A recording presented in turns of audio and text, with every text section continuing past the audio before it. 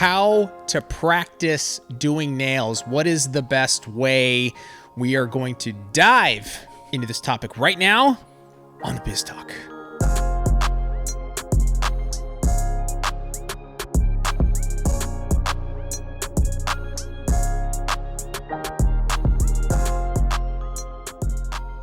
Habib's diving in the shallow end. I'm diving in to these topics with plentiful amounts of knowledge, Tracy. Gonna backstroke in all the knowledge and spit. You know what I'm saying? Why are you spitting? Because like whenever I do a backstroke in a pool, I do the, you know what I mean? So you like, drink the pee-pee water and then you spit it out. I don't drink it. I just put the pee-pee water in my mouth and spit it out. Got it. Yeah. But I swim in the adults pool and adults don't pee. They're the ones that are peeing. I know, disgusting people, you disgusting folks, you, whoever you are, gross. It's all gross until they're like tanked and they're like, I got pee. I'm just peeing. How do we get these Jesus, subjects? I don't know how we did it. But it's a miracle that we can get back on topic, which is the best way to practice. Now, I think I've just talked about this with Greg, and I don't recall. We might have done an episode on this a while ago with Greg on how to practice, but I really think, because we've had people come on our live streams and they have basically said, you know, I haven't had clients. I go to the salon. There's nobody there. Like, how, once you get your license, it's like you can start charging, right? Right.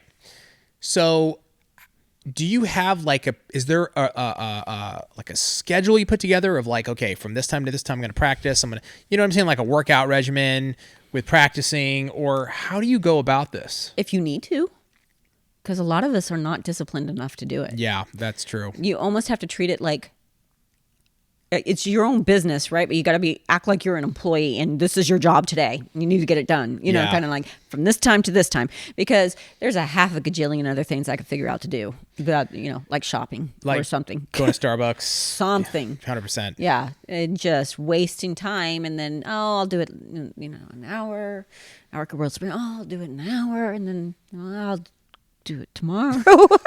It just keeps going. Yeah. So sometimes if you are not disciplined enough, it's like, okay, this is your schedule. You have to, this, no matter what, this is happening. Would you set up like the way that we teach OWC? Because I kind of want to give people like a, not a schedule, so to speak, but some sort of format or structure. You know what I mean? In like, you should be practicing this first. You should be doing this second, third. The order of practice. Because I think, you know, nails is, dude, there's a lot. So like you take acrylic, for example, and it's like, are you doing tips? Are you doing full sculpts? And then there's like building, making sure it doesn't lift, and cuticle area application and picking up pearls, and then filing. You're stressing me out. You know, dude, it's you're like, but you know, not to freak anybody out if you are a beginner, but I just you know, empathizing of it's a lot. So like, where would somebody start in the practice routine? And you know, we start going, I'm gonna start practicing stilettos, you know, kind of thing. That's what I'm saying. And art, and I need to know art, and it's like, no, we need to get the fundamentals. That's right. And then we'll move on. So really, my first thing that we teach is product consistency with acrylic. Right. How to pick up product over and over and over, and it's literally picking it up, wiping it off the brush, picking it up, wiping it off the brush, until you can get a consistent size pearl. I want a small pearl. Oh, look at that. I did it. Oh, I did it again. And would you do that with different colors? Because the different colors are different in how you pick them up? We always start with cover pink. Okay. It's kind of in the middle of the road. In between. Got it. Yeah. And I'm okay with that. I tell them by the end of the week, I want you to have used every powder in your drawer. That way, first of all, you know, if you like speed, core, cover, you know exactly what. I do not want you to leave this week and go, man, I wonder if I like cover blush. You should already know if you like cover blush. I want you to use every single item. Yeah. But we we practice with cover pink or peach, either one. That makes sense. Middle of the road. Middle of the road, yeah. And it's, our favorites too. So, it is. And then we just, and it's not a 1-time, 2-time. Oh, you got a small pearl. Okay, move on. No, I want to see it 20 times. I want to see you do that 20 times in a row. Then we're going to get a medium pearl, and then we're going to get a large pearl, and we're going to keep practicing. Now, okay, we are going to, we're going to learn prep, and with prep, we're going to go from prep into doing an overlay. We're not going long. We're not doing an extension. We're not doing a stiletto today. Just an overlay. We're just overlaying until you have that figured out. And there's days that we move on to the next thing. And I'll tell you, Habib, I don't want you to move on.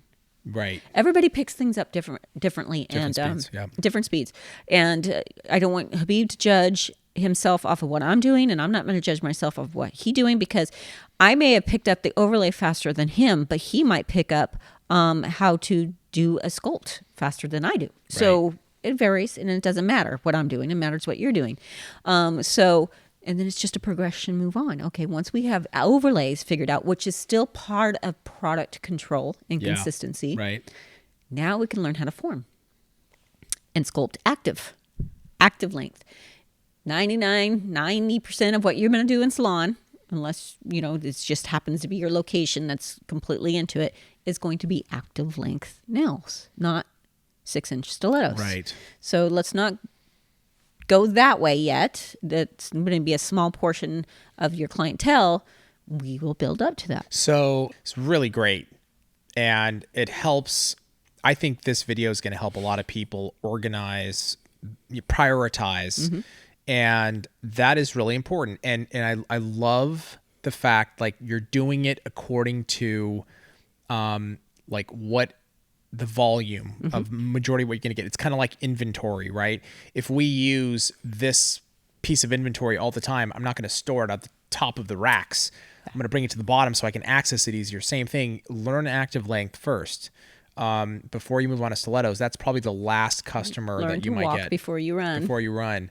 Right. And with active length, that is still like, because it's very close to doing an overlay, right? No, it's just a little bit more. A little longer. Yeah, a little longer, right? It's getting the form on there and giving yourself some length, But you're not building a free edge, right? No, we're building a you have a small free edge. A small free edge. Okay. Just what you would normally see on a cut.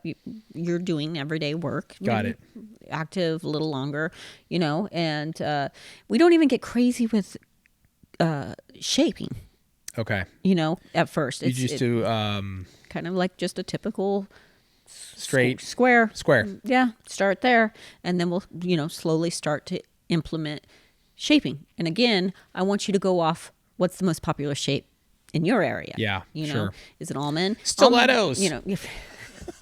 Dude, every OWC, the first day, I want art. I want stilettos. And it's like, we'll get there. And they're so anxious. And I'm like, I have to give this whole speech of help me, help you, help Greg. That's exactly how it goes. Wow. Because Greg's going to come in here and you're going to say, I want stilettos and art. And he's going to pull out stilettos and art. And we need to learn how to walk before we run. And I promise we're going to get there. I promise we're going to show you there. But if you're doing art on a nail that doesn't look good, does it matter that you did art? Exactly.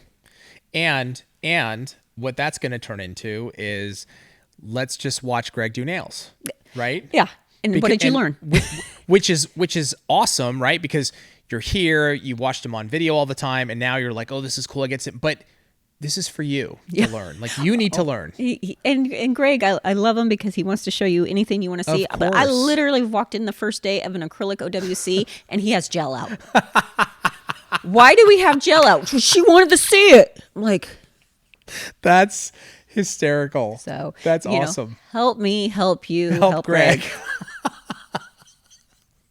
And I'm like, is everybody in agreement? Yes. And like, sure enough, I'll come in. No, but yeah, it's just the fundamentals. Again, artwork is important. However, if your shaping is bad, forget it. It doesn't matter what your artwork looks like. So after that, after you, let's say so it makes so much sense. It's so logical. It's like active length, small free edge, small upper arch. Like you're really just gradually. right? Yeah. Gradually. And then that concept carries over to if you do an almond nail, right? Like a little bit longer free edge, different shaping, more upper arch. You start to, and then you start to get into those like different consistencies. If you're building the free edge or the body, all that stuff, you start to get into where now it all plays, right? Because you've practiced picking up pearls so much.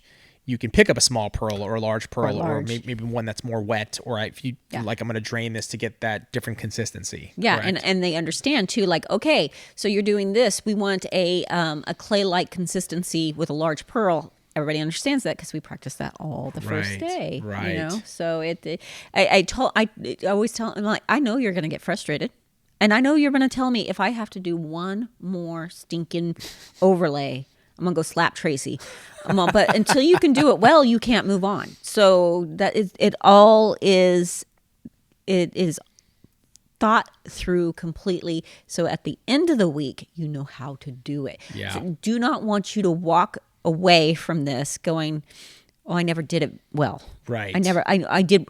We can all do one really good nail, Habib. Right. But, but can you do it on all 10 fingers? And within a specific time. Yeah. Right. And then once we have all of that, you have gotten product consistency down. You've gotten your overlay down. You've gotten your sculpt down. You can do a stiletto. You know art. Let's time you now. Yes. Habib. Yes. Okay. Yes. Now we can work on our speed. Right. It's all process. So I love how that's laid out because that gives somebody a format. Like, for example, right? Picking up pearls. That's what you're going to start with, guys, right? Listening or watching this. Go to our YouTube channel, How to Pick Up Acrylic Pearls. Yeah. We have, I don't know how many videos on consistency. You know what I mean? And you can watch that. Then you can go to overlays. Mm-hmm. Go watch all those videos on overlays. Then you can go to an active length nail. Watch those videos. Then you can go to like a little bit longer. You know what I mean? Go to those longer nails for sculpting. Then you can watch all our art videos. Then you can watch filing. I mean... Yeah. Custom shaping. Yeah. Yeah. Speed. Then speed. Let's go real time, kind of thing. Yeah. That is, it's going to make your practice so efficient, right? Yep. Because it builds into the next thing. So if you're just starting and you feel lost, you should not feel lost anymore. We literally just gave you sort of the roadmap of what to practice, and the way that Tracey lays that out, the fact that that's how we teach it at OWC, take it with you here. Yeah. And now you have a format and a structure of what to practice when you're at the salon and you're waiting for clients to come, right? And all of it, all that practice, no matter what you're doing, it's all with the electric file. That's all with the electric all the way file. through. Right. We don't start with hand filing and then go to electric file. It's too difficult to learn one and then learn the other. It's electric file. Electric file from the beginning. Because we get people at OWC. I don't know if we've said it because there's always those questions. What is OWC? 1 week course. Right. We always forget that part. No, I've never used electric file. I'll learn that in a couple. No, we start. You're now. Starting today. There's one on your desk.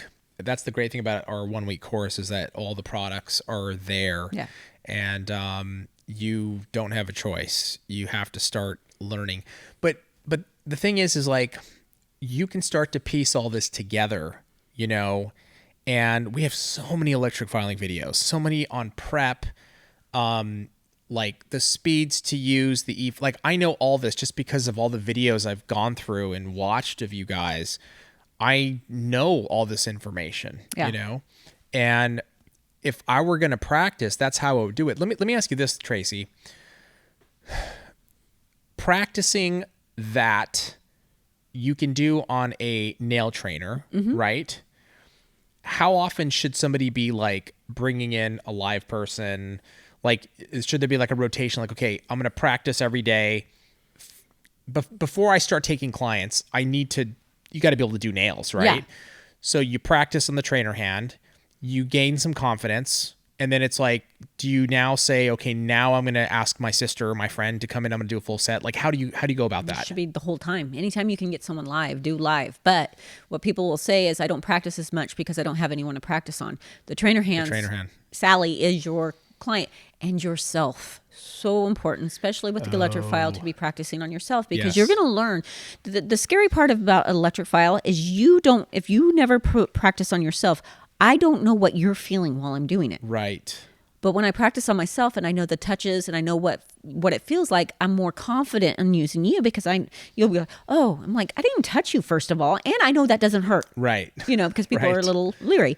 So trainer hands, people don't believe me when they come to the course. I'm like, listen, they're like, do we get to work on live people? I'm like, we don't have liability insurance for that. But I'll let you practice on me. But trust me, if you can do good nails on Sally, the trainer hand, a real human hand is 10 times easier. Why is that? It's this, and there's no body heat warming the product up, and you can't move it. In fact, we don't even have people work on the thumbs when we're having them do full sets, because doing the 8 fingers on the trainer hands about equal to doing 10 fingers on a person.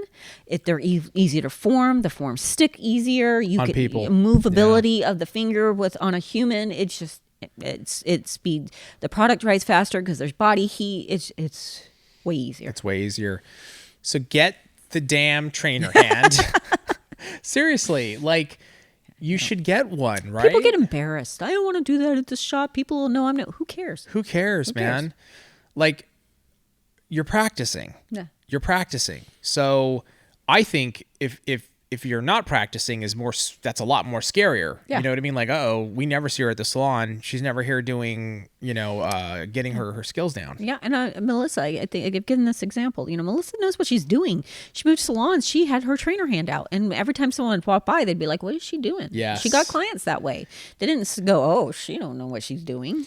And everybody always stops to look at the trainer hand. Oh, it's creepy. Because it's creepy. Yeah. So it's a great way to bring people in and have conversation, like, and then you show them your work. Like, check out what I'm doing. Here's some of the nails I'm doing. It would be like me, because I've seen hairdressers work on mannequin heads. Do I naturally think they don't know what they're doing because they're practicing on a natural mannequin Right. head? No, they're course just not. practicing. That's Yeah. cool. Yeah, I totally agree. Let us know, guys, in the comments below how you think is the best way to practice. We'd love if you could fill in any gaps, anything we missed possibly. We'd love to hear about it, and any future ideas for episodes, let us know in the comments below. Tracey, thank you so much. Thank you. Thank you guys so much for joining us, and we will see you next time on the Biz Talk.